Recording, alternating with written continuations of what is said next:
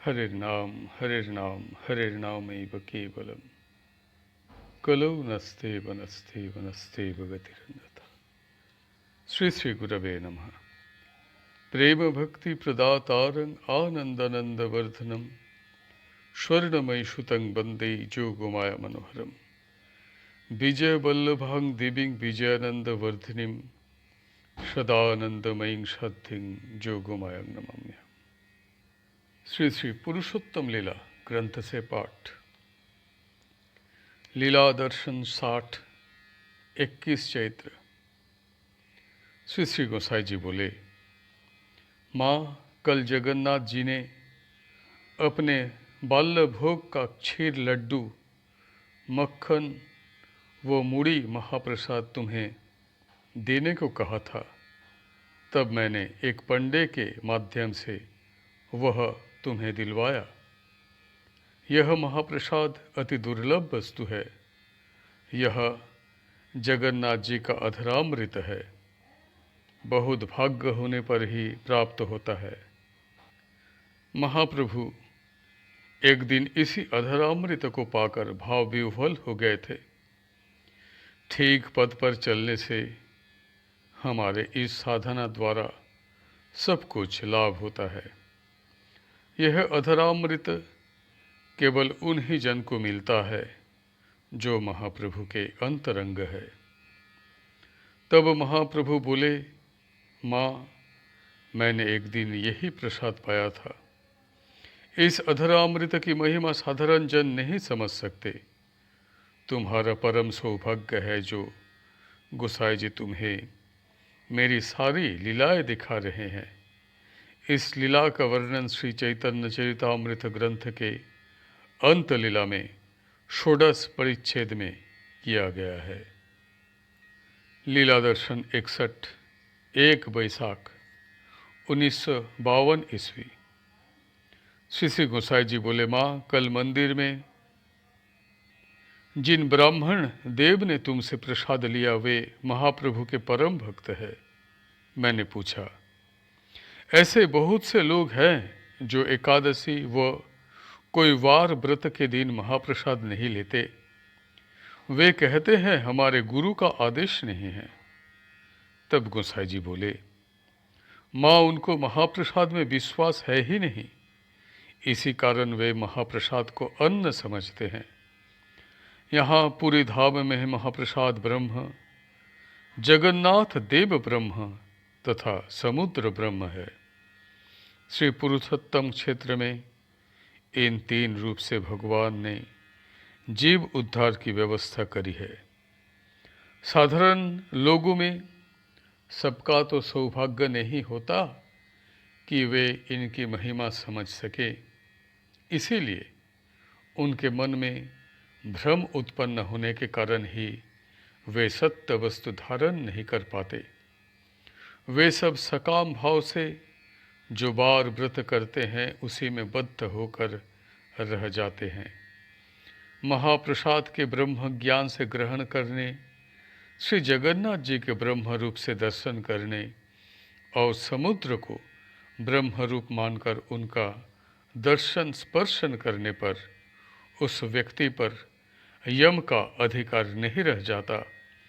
वह मुक्ति लाभ करता है।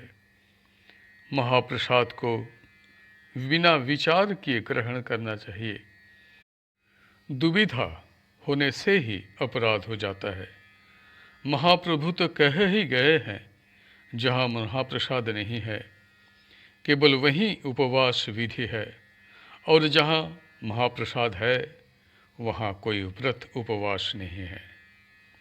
महाप्रभु बोले, माँ, मेरी बात सुनता ही कौन है? महाप्रसाद भक्षण करने का कोई स्थान नहीं है, कोई कालाकाल नहीं है। जब भी महाप्रसाद मिले उसे तत्क्षण ही भक्षण करना चाहिए। मैंने एक बार सार्वभौम भट्टाचार्य के घर प्रातःकाल में जाकर जब उन्हें महाप्रसाद दिया तो उन्होंने बिना मुख धोए बासी मुख से ही वह महाप्रसाद भक्षण कर लिया। गोसाई जी को महाप्रसाद विष के संग मिलाकर हाथ में दिया गया। वे जानते थे, फिर भी महाप्रसाद की महिमा दिखाने के लिए उन्होंने उस महाप्रसाद का भक्षण किया। सब कुछ बोला जा चुका है, दिखा भी गया है, परंतु फिर भी कोई समझ नहीं पा रहा है। ज़्यादा लोग सकाम उपासना में ही आबद्ध है। वे अनित्य संसार के प्रति आसक्त होने के कारण मायाबद्ध होकर श्री क्षेत्रपुरी का महात्मा समझ नहीं पा रहे हैं। यह सब कली के प्रभाव से हो रहा है। जो महाप्रसाद विचार करके ग्रहण करते हैं, उनके ऊपर कली का आधिपत्य है, ऐसा जानना। श्री गुरुदेव बोले, माँ महाप्रभु और गोसाई जी जो कुछ दिखा गए हैं, उनके आदेश अनुसार जो भी चल रहा है वो चलेगा, केवल मात्र वही ठीक पथ पाएगा। आजकल चारों तरफ जो नए नए संप्रदाय पैदा हो गए हैं, वे अपने मन घड़ंत जो मत प्रचार कर रहे हैं, वह सब भ्रांत पथ है।